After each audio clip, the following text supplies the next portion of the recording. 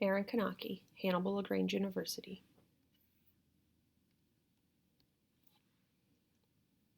Mark Victor Hansen said, "By recording your dreams and goals on paper, you set in motion the process of becoming the person you most want to be. Put your future in good hands, your own." Setting goals is important to see and track success and improvement in and outside of the classroom. Motivation is the general desire or willingness of someone to do something. We can find motivation within the classroom and within the workplace. The act of student-led goal setting is a desired competency area for students associated with the learning to learn skills. Students need to engage in deeper learning. The act of goal setting, therefore, is a practice that educators can use to fuel students' learning to learn skills. When looking at my class action research, I wanted to find out what the big picture was and dial it down into the small picture. By looking at that, we look at interventions to instruction. The RTI model was proposed and interventions were implemented in schools as early as the 1960s. This helped students become successful in the classroom. Interventions are a specific set of steps or a specific program to help kids improve in the areas of need. There are many types of needs for all students in the schools. The response to intervention, as seen in the second bullet, was introduced in 2004 with the reauthorization of the Individuals with Disability Act, also referred to as IDEA. So it's not actually part of the law, but it's presented with regulatory notes as a method to help identify students with specific learning disabilities. As the framework of RTI, the response to intervention, emerged, students in special education were targeted and found what they truly needed to succeed. Interventions have been used to reteach lessons, provide a deeper level of teaching, and to close the gap between student learning and achievement. When looking at interventions, we have to look at factors that affect student achievement. So we look at the positive factors in young people, their families, communities, schools, and other settings. There are external and internal assets that we look at. External assets could be like family support, peer relationships, adult role models, and community involvement. Likewise, there's internal assets like motivation, honesty, responsibility, sense of purpose, resilience, just to name a few. When looking deeper at the internal assets, which are the assets students can control, we look at student motivation. Is the student motivated well? And how can we help the student become motivated to do well?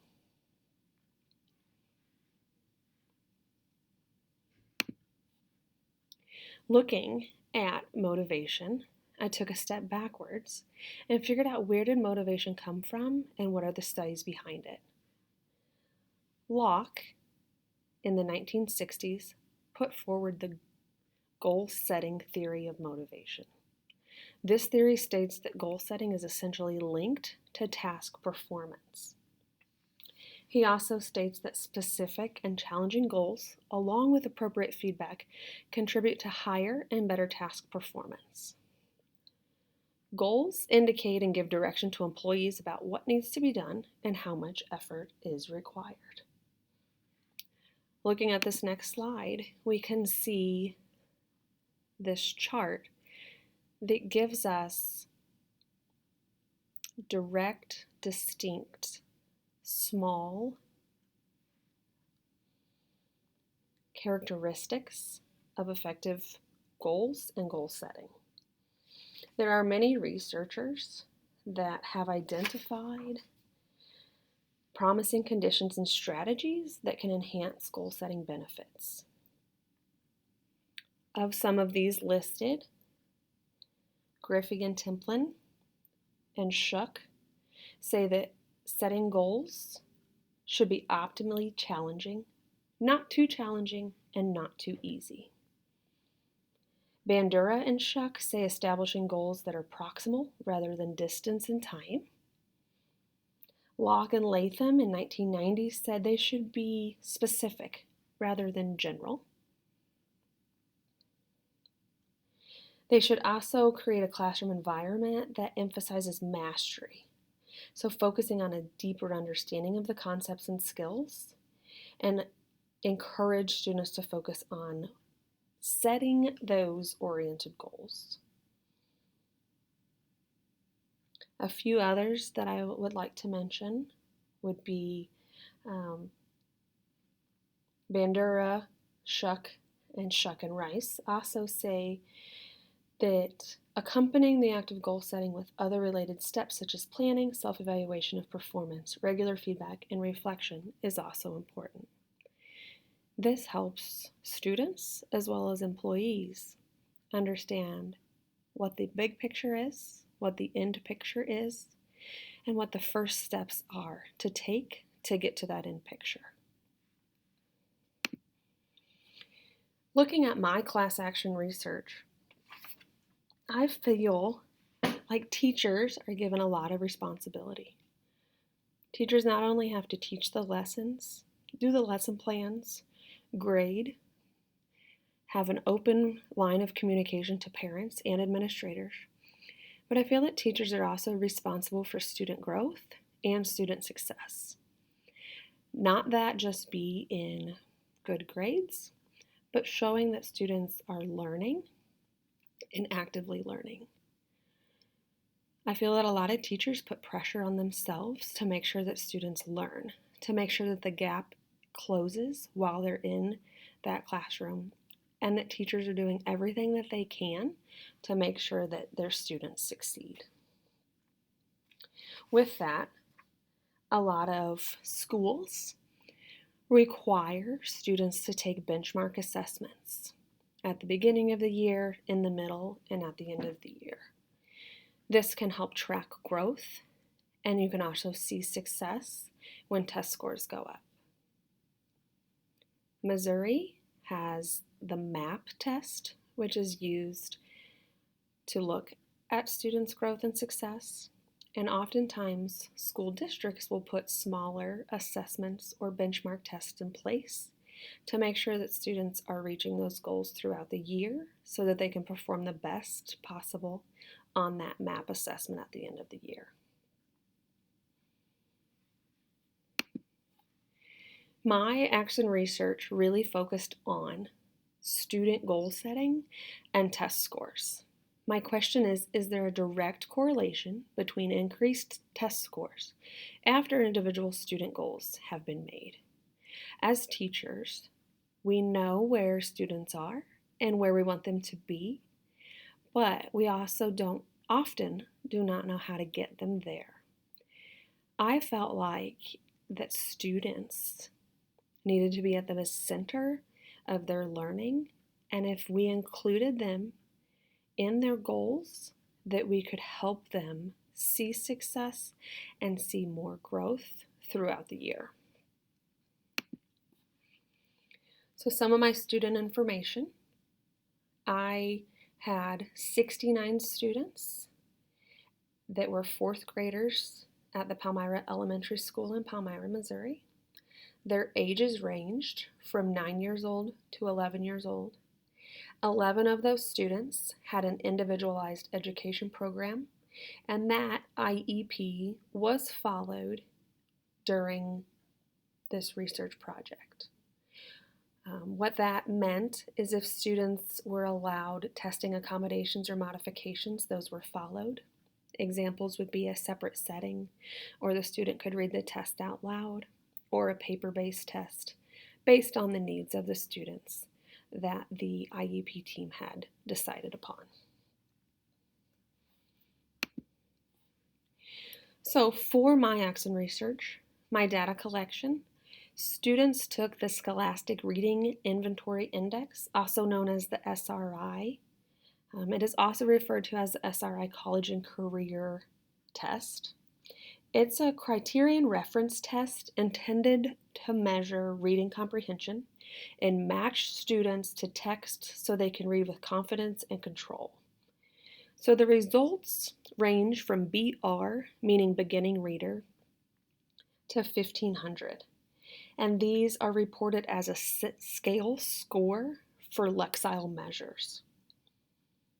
So the Lexile measure is determined by the difficulty of the items to which a student responded to. The Lexile framework is a reading measure that matches students to the text, and is very unique because it's a common metric to which both includes reading ability and comprehension of the text. A lot of books, chapter books, books that are used during instruction also have a Lexile score.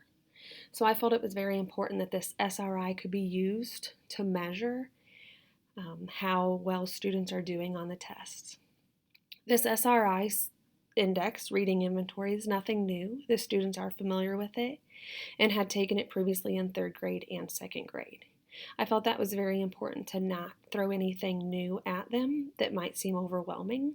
That way I could get the best results based on their goal setting and their reading comprehension, not on the ease or the use of the online program.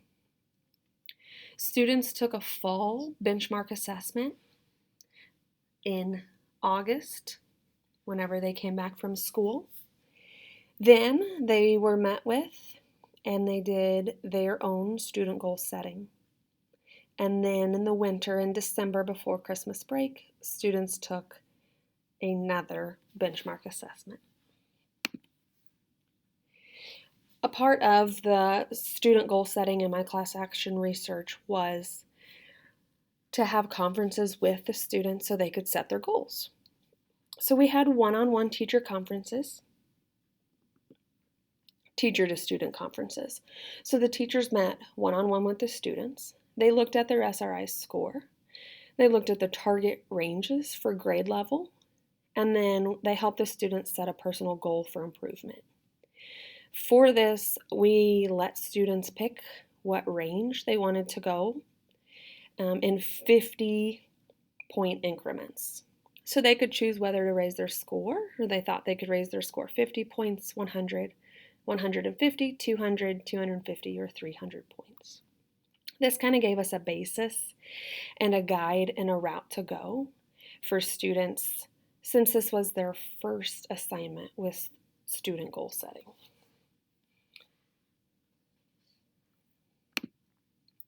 Here is a graph that we look at on what students picked for their goals. As you can see, 22 students to the far left thought they could increase their score 50 points. 16 thought they would increase their score by 100 points. 12 thought they could increase it 150 points. 11, 200 points. 3 students thought they could increase it 250 points. 4 thought that it could increase their score by 300 points, and 1 student felt that they could increase their score by 350 points. Here's the score results, looking at how the students performed and where their goals fell. 48% of students were able to meet their goal, while 52% of students did not meet their goal. So of the 69 who participated, 48% met their goal, which was 33 students. I would like to recognize and add that 91% of students increased their score. This does not mean they met their goal, but they at least increased their score by 1 point. 7 students out of the 69 did not increase their score, which means their score went down. I think it's important to celebrate and recognize that students did increase their score, but for the purpose of the study, I was looking at student-led goal setting. And so we look at that 48%. So in conclusion, students who have an active part in their learning and achievement perform better on tests as opposed to students who do not have an active part in their learning. I felt it was very important that the students were involved in their goal setting. The students got very excited to set their goals and to take the test again to see where they performed. Students want to feel and be successful. By being involved with goal setting, knowing expectations, grade levels, and targets, they can examine their effort and their motivation. I wasn't surprised by the results. I feel that when students are put in charge or put in the middle of their learning, they would increase their effort and motivation. While looking at the recent research and analyzing past observations, some research is more in depth and took a look at more factors in student motivation.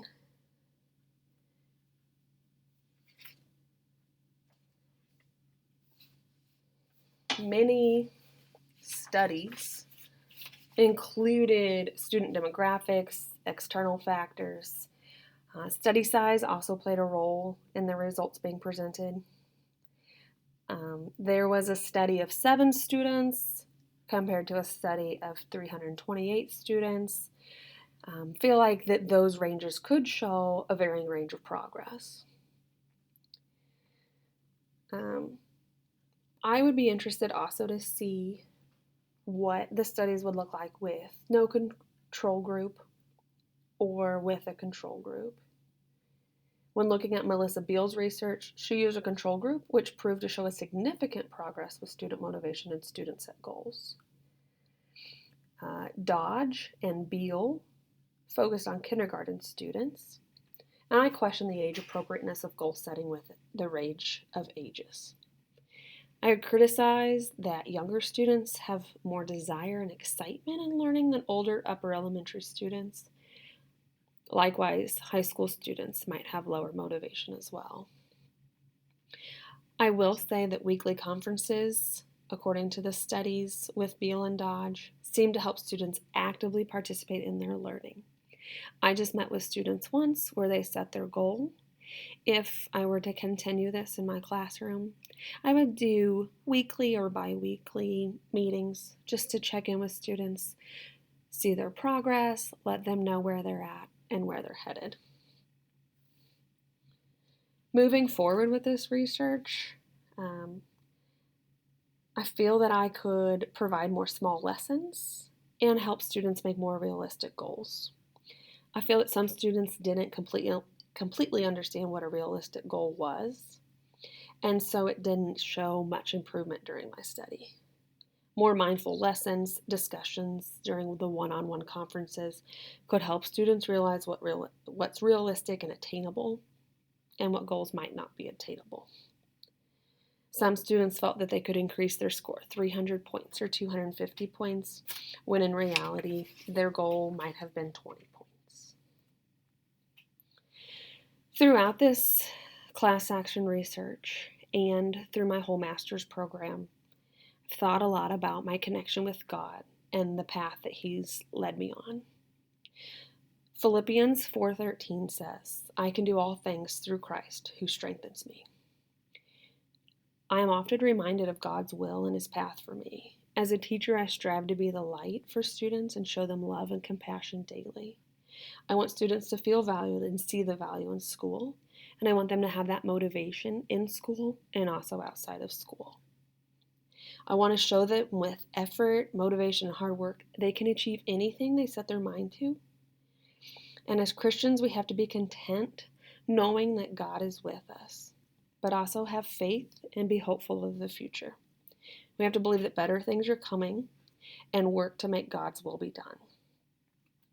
Students can start small and set high goals for themselves in school and the real world, and know that God is with them throughout.